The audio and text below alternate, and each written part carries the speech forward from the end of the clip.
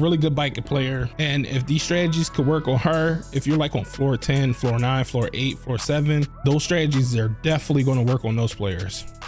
Okay, so right off the bat, you're going to notice that she started doing her little shenanigans with the floor slam.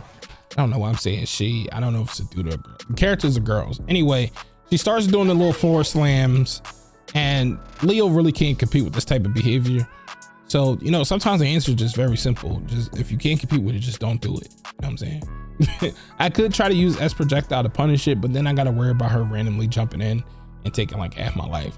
So I'm just not even gonna participate because I don't even want to set that type of tone for the match. I don't even want her thinking that I ain't even going to participate in her doing that. And as you're gonna see throughout the match is that she don't do this ever again. She just stops doing it because I'm not setting that type of tone for the match. The tone I'm setting for the match is, all right, I'm here in defensive stance. What you gonna do about it?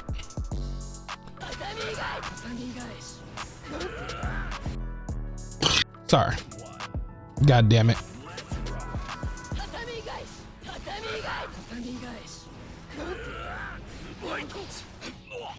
So you're gonna notice I did not punish I did not attack the Baiken player on wake up.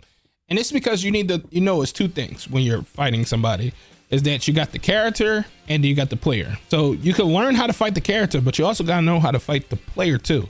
They're two different things. And from my experience, from all the Baiken players that I fought, none of the Baiken players ever just like wake up and do nothing. They either mash 5P, parry, or jump away. They'll live and die by this strategy. Most of them. And the player that I was fighting likes to mash 5P. So I'm gonna just take a mental note of that and use it for later. Completely crush 2H due to his very slow startup. This is gonna be your main way of punishing the 2H, is just using the follow-up attack. But this is just only the first step to the mind game, because there's going to be other ways you're going to punish it. But this is just setting the tone. Like I said, setting the tone is what's important in this matchup.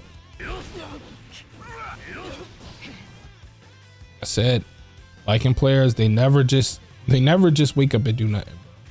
They always jumping away, mashing 5P or parry. And she's no different, so we just taking a mental note of this. And you're gonna notice right there, let me rewind it.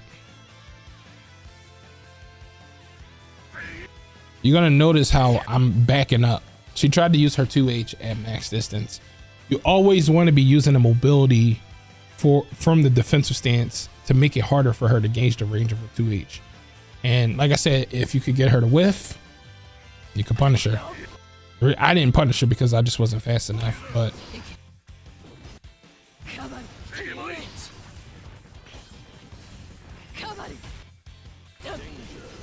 and you're gonna notice we're in danger mode. Do not worry about being in danger mode. This, you want to stay true to your strategy. You don't need meter for this. I didn't have any meter anyway, but even if I did, I still wouldn't alter on my strategy, because look at the behavior that she's engaging in. She's being random. Like I said, Leo can't compete with this level of randomness, so don't even engage in it. She's like a toddler at this point. You can't show her attention. She's acting out right now. Don't show her no attention. The only thing she should need to focus on is, I'm in defensive stance and how you going to deal with it. As you see, she's done doing her shenanigans. Now she's ready to run in and tries to actually do something. And this is where I talk about tone is very important. Now she see that I'm not switching up and I'm not faltering on my game plan. She then tries to run in and tries to get a 2H in.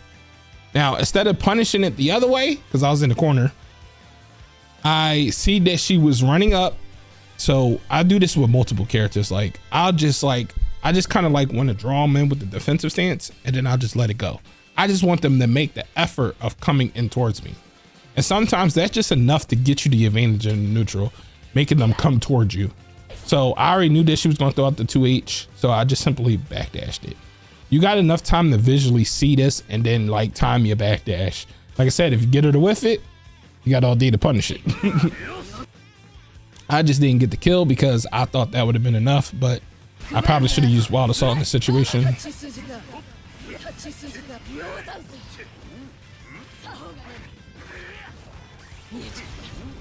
The deflect shield came in handy. But let's just recap real quick, because just to show you, just in case for those who didn't understand it.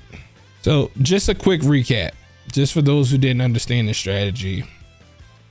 We established that coming in hot this way does not work. We established, you know, trying to side switch Yosan Senmi doesn't work because we got the side switch protection from the guard stance.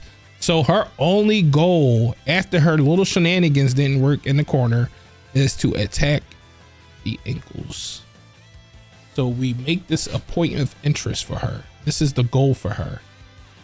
Now knowing that this is the point of interest for her, we then gonna use that against her.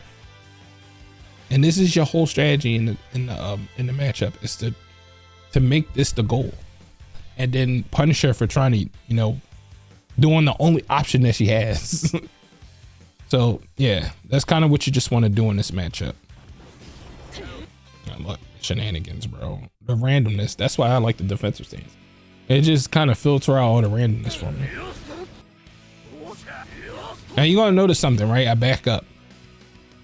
I talk about this actually in my ultimate guide, the 5H trick. And it's not just with her, it's for like a lot of characters. That's a separate video. I can't talk about the 5H. This video will be too long. If you want to go check it out, it'll be in my ultimate guide. Like I said, I think in the stagger section, it's the 5H could just cover multiple options. It's another video for another day.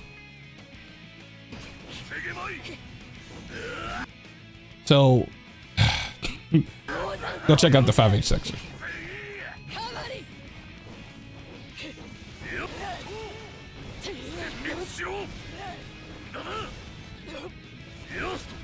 So as you're going to see, as we do the stage switch, you're going to see her reluctantness to come in now.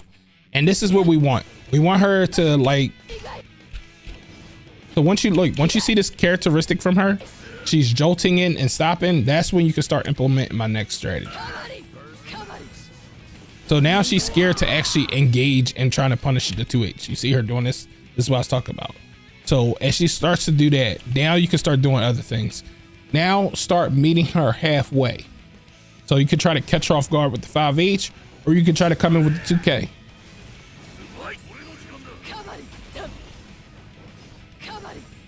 Yeah, so you can just see the reluctantness in how she's playing. And we're going to show you how that plays a huge factor in the upcoming matches. See? Look, I didn't even make a read right there. She kind of got whacked with the 5H and it looked like she was trying to jump. So I knew she was just going to hold up anyway. And I just punched it like that. Now, whenever you got a Baiken player in the corner, like in this situation, always throw out that charge projectile or the heavy projectile, because this just negates the parry and the button mashing and all that. It just takes some of the guessing game off you. So you always wanted any chance you can do against a Baiken player, especially a Baiken player, is because that parry, you don't have to worry about this no more. Projectiles, she can't parry the projectile. So I get the grab, go right back into that.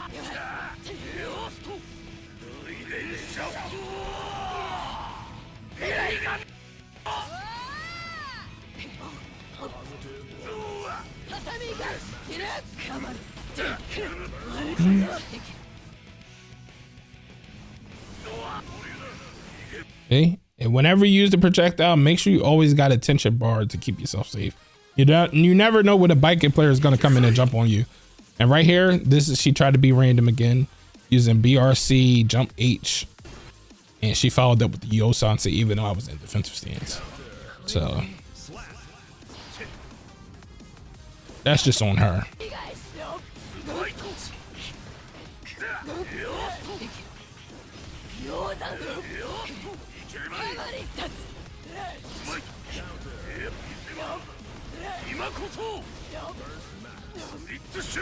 You're gonna notice that she's fighting me head on now.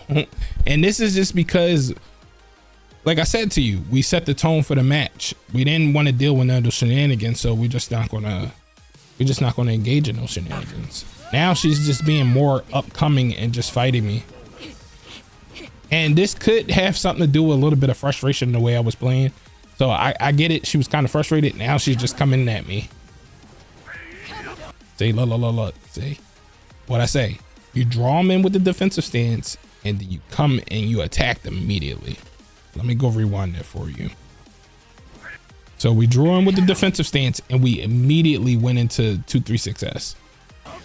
I wasn't close enough to get the radar see, but you get the gist of it. We're trying to bait her in, and then we go in. So long as you keep this tone set. See, look, she tried to go in with the 2H. And so as you can see, she just ran up and did 2H. So at this point, you could clearly see that we just in her head.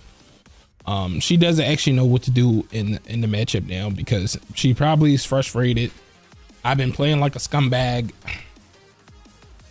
and her only option that I made apparent to her is that she should just use 2H. And this is all part of mind games. It's all about setting the tone when you're doing these matchups. Is how can I get her to commit to the 2H?